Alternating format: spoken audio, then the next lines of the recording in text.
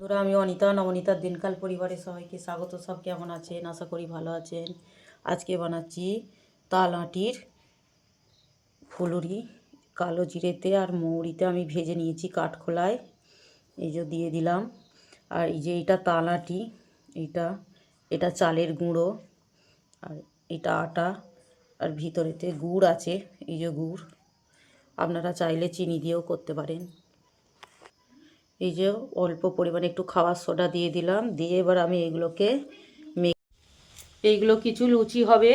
এই যে চাকি বেলুনি নিয়ে আসা হয়েছে, ফুলুরিগুলো ভেজে এই লুচিগুলো হবে। এই যে আমি তেলটা আগে থেকেই গরম করতে দিয়ে দিয়েছিলাম। এবার আমি যে একে একে ছাড়বো।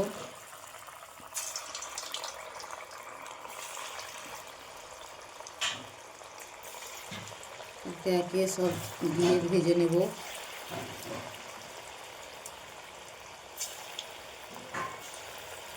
আপনারা এরকম কলাটির ফুলুরি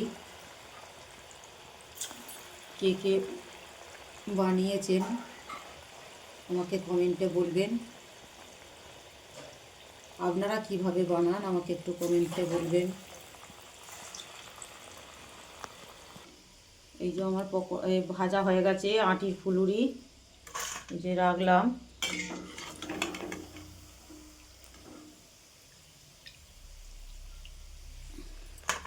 এই যে রাখা হলো।